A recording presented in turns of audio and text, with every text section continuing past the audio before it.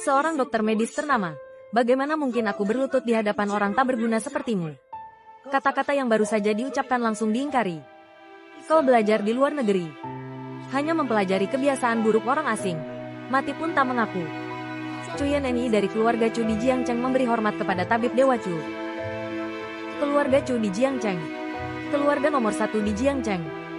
Aku menyembunyikan identitas di Beisuang selama 3 tahun. Hanya kalian yang memiliki kemampuan seperti itu. Mengetahui identitasku yang tersembunyi. Tabib Dewa Chu. Kakekku sakit parah. Ingin mencari dokter yang ahli tapi tak kunjung dapat. Satu tangan Tai Shenzhen milikmu. Tak tertandingi di dunia. Hanya kau yang bisa menyelamatkan kakekku. Tabib Dewa Chu. Selama kau mau menyelamatkan kakekku, keluarga Chu akan mempersembahkan 100 miliar uang tunai. Selamat Tabib Dewa Chu. Tabib Dewa Chu. Sebelum guruku meninggal, beliau pernah berkata kepadaku, dalam 3 tahun tidak boleh praktek medis. Sekarang waktunya belum cukup. Aku tidak bisa membantumu. 100 miliar uang tunai juga tidak bisa membuatmu bergerak. 100 kebaikan. Hanya dengan 100 miliar uang tunai. Bagaimana mungkin bisa membuat 3 tahun kultivasiku sia-sia? Jangan sebutkan jumlah uang sekecil ini. Meskipun kau mempersembahkan seluruh keluarga Chu, aku juga tidak akan menerimanya. Selama kau mau menyelamatkan kakekku. Seluruh keluarga Chu, 100 miliar uang tunai pasti akan kupersembahkan. Bukankah aku baru saja mengatakannya? Meskipun kau mempersembahkan seluruh keluarga Chu, seluruh keluarga Chu akan menjadi milik Tabib Dewa Chu. Aku, Cuyen Ni juga bersedia menikah denganmu. Menikah denganku? Tidak, aku sudah menikah. Aku sudah punya istri. Tabib Dewa Chu adalah dewa dengan kemampuan medis yang luar biasa. Selama kau mau menyelamatkan kakekku, aku bersedia menjadi kekasih gelapmu. Kekasih gelap, kau masih mau jadi orang tanpa nama juga? Benar, aku selalu suci. Menjaga diri seperti batu giok. Nona.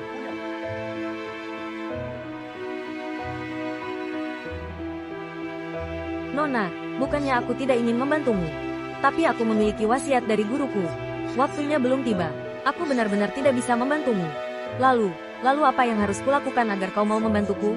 7 hari lagi akan genap 3 tahun. Saat itu tiba, aku pasti akan menyembuhkan kakekmu. Kalau begitu bagus sekali. Kalau begitu, terimalah uang tunai ini Tabib Dewa Chu. Tidak ada pekerjaan, tidak menerima hadiah. Uang ini kau simpan saja. Tunggu sampai aku menyembuhkan kakekmu baru bicarakan lagi. Baiklah kalau begitu, Tabib Dewa Chu, kata-katamu pasti akan kulakukan. Di sini aku punya token keluarga Chu. Nanti jika kau menemui masalah apapun, keluarkan token ini, pasti bisa diselesaikan. Istri. Sayang, kenapa badanmu bawa alkohol semua? Kau minum alkohol lagi? Aku minum alkohol atau tidak? Apa hubungannya denganmu? Sayang, ada apa denganmu? Lihat dirimu, pria sepertimu pantas disebut apa? Aku menikah denganmu selama 3 tahun. Kau hanya tahu di rumah mencuci, memasak, bersih-bersih. Sebenarnya apa gunamu? Sayang, kau memanggilku apa? Sayang. Kau memanggilku sayang. Kau suamiku. Aku pernah membayangkan suamiku adalah orang yang cakap. Dihormati banyak orang. Aku bisa hidup di bawah perlindungannya. Menjadi wanita yang sederhana. Setiap hari hanya perlu mengurus suami dan anak. Tapi, aku malah menikah denganmu. Pengangguran. Orang tak berguna yang tidak bertanggung jawab. Sayang. Aku akan segera memberimu kehidupan yang kau inginkan. Sebentar lagi, tunggu aku, oke? Cukup. 3 tahun. Aku sudah menunggumu selama 3 tahun. Lalu kau, meskipun aku menunggumu 10 tahun, 20 tahun lagi, kau tetap tidak akan berguna. Aku seorang wanita, setiap hari harus berjuang di luar. Kau tahu berapa banyak alkohol yang terpaksa ku minum? Berapa banyak penderitaan yang kuderita?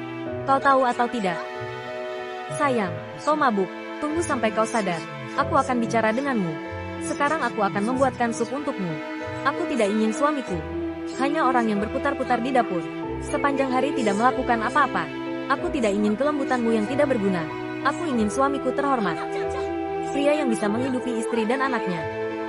Kalau saja tahun itu kakekku tidak memaksaku, kupikir kau akan berterima kasih. Cunguha, kau mengecewakanku. Putriku. Kenapa kau mabuk seperti ini? Bu, grup Sun kita sedang dalam masalah besar. Hari ini aku bertemu banyak orang, minum banyak alkohol. Akhirnya tetap tidak ada cara, Bu. Putriku. Bu, Aku tidak berguna. Aku tidak bisa mempertahankan grup Sun lagi. Wan Li dari keluarga Wan, Kota Utara. Gawat, gawat. Kali ini celaka. Saat putriku menikah denganmu, tahun itu dia juga wanita tercantik di Kota Utara. Menikahi orang yang tidak berguna sepertimu. Sungguh sial 8 turunan. Sekarang mengalami kesulitan. Kau tidak bisa membantu apapun. Ibu. Jangan panggil aku ibu. Aku tidak punya menantu yang memalukan sepertimu. Pasti ada cara. Meskipun keluarga Wan di Kota Utara memiliki kekuatan terbesar, tetapi kekuatan keluarga Jin juga tidak kecil. Ku dengar Jin baru saja kembali dari studi di luar negeri, dan juga seorang doktor kedokteran. Saat itu, dia juga mengejarmu. Bagaimana kalau kau coba minta bantuannya? Ibu, aku sudah menikah. Sudah menikah tidak bisa bercerai. 3 tahun ini aku dan dia tidur terpisah. Dia bahkan belum pernah menyentuh satu jariku pun. Cerai. Biar ibu lihat siapa yang datang. Ibu, biar aku yang lihat. Tidak tahu diri, jangan halangi aku. Ibu, sekarang ibu sedang sakit. Sama sekali tidak boleh marah. Kalau tidak akan mudah sakit. Aku tidak sakit. Semuanya karenamu aku jadi sakit. Tidak berguna, pergi sana. Cerai. Istri, kau benar-benar ingin bercerai denganku? Seperti ayam ikut ayam, seperti anjing ikut anjing. Aku hanya menyesali nasibku yang buruk. Menikahi orang sepertimu. Istri, aku berjanji padamu. Aku akan segera memberimu kehidupan yang kau inginkan. Aku baru saja mendengar apa? Orang tidak berguna tapi bicaranya besar sekali. Kau mengandalkan apa untuk bisa menyelamatkan keluarga Zun? Aku sudah mendengar bibimu bilang, kalian menikah 3 tahun, bahkan belum pernah berpegangan tangan. Pria tidak berguna seperti itu tidak pantas menjadi suami wanita tercantik di Kota Utara. Aku tahu keluarga Wan ingin membeli Zuncorp. Beri aku kesempatan. Aku akan melindungi Zuncorp, membuat Zuncorp makmur dan berkembang. Juga akan membuatmu merasakan cinta seorang pria. Jin Chao, kau gila. Beraninya kau punya niat pada istriku? Lepaskan, anjing sialan. Berani menyentuhku. Zuyue, lepaskan. Tuan muda Jin, apa kau orang yang bisa kusinggung? Istri, bahaya Zuncorp bisa aku atasi. Aku hanya perlu membuat satu panggilan telepon. Diam. Kau benar-benar mengira kau siapa? Kencing saja lihat dirimu sendiri. Masih bilang hanya perlu satu panggilan telepon bisa diatasi. Kau pikir kau siapa? Segera ceraikan putriku. Ibu, aku tidak akan menceraikan Yuhe. Nak, pria tidak berguna ini sudah menikahimu selama 3 tahun. Selain jadi bapak rumah tangga, dia tidak bisa apa-apa. Tuan muda Jin tampan. Berasal dari keluarga terpandang, dan juga seorang dokter. Kalau kau menikah dengan Tuan muda Jin, keluarga Zun kita akan terselamatkan. Ibu, anggap saja nasib putrimu memang menderita. Aku benar-benar. Perusahaan ini adalah kerja keras ayahmu seumur hidupnya. Jika runtuh di tanganku, bagaimana aku bisa menemui dia setelah aku mati? Nak, kau mau membuatku mati karena marah? Ibu, ibu. Tolong, ibuku. Tuan muda, Anda adalah dokter yang belajar di luar negeri. Tolong lihat ibuku. Ibuku kenapa? Saat ini belum terdiagnosis. Tidak tahu kondisinya bagaimana. Sebaiknya segera dibawa ke rumah sakit. Ibu mengalami panas dalam. Untuk sementara terguncang. Meskipun ibu memuntahkan darah beku. Tapi itu hal yang baik. Jadi tidak perlu dibawa ke UGD. Bibi muntah darah. Tapi tidak dibawa ke UGD. Menantu ini, kau punya niat apa? Saya adalah dokter pengobatan Tiongkok. Dia memuntahkan darah beku. Minum beberapa ramuan obat Tiongkok lagi. Dirawat beberapa hari akan sembuh. Jika dibawa ke rumah sakit untuk operasi darurat, menghabiskan beberapa juta. Aku mengerti sekarang. Menantu bau ini ternyata tidak punya uang. Sudahlah, kalian berdua jangan bertengkar lagi. Dengarkan saja Tuan muda Jin. Cepat bawa ibuku ke UGD. Dia bahkan tidak tahu ibuku sakit apa. Istri, biarkan aku melakukan akupuntur pada ibu sebentar. Ibu akan segera sadar. Akupuntur itu apa? Masih ada orang yang belajar akupuntur pengobatan Tiongkok di zaman sekarang?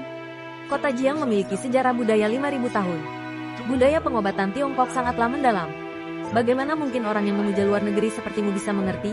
Pengobatan Tiongkok hanyalah tipuan. Terlalu misterius. Sama sekali tidak ada dasar ilmiah. Pengobatan barat bisa menyembuhkan. Pengobatan Tiongkok juga bisa menyembuhkan.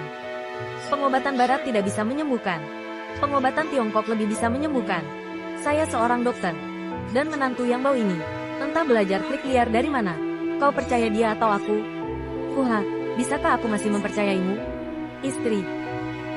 Percaya padaku. Baiklah. Kalau begitu aku akan menghubungi 120. Baik, jika kau bisa menyelamatkan bibiku, aku akan berlutut dan mengambil nama keluargamu. Lalu memberimu 1 miliar lagi. Baiklah, kalau begitu buka lebar matamu, dan saksikan keajaiban pengobatan timur.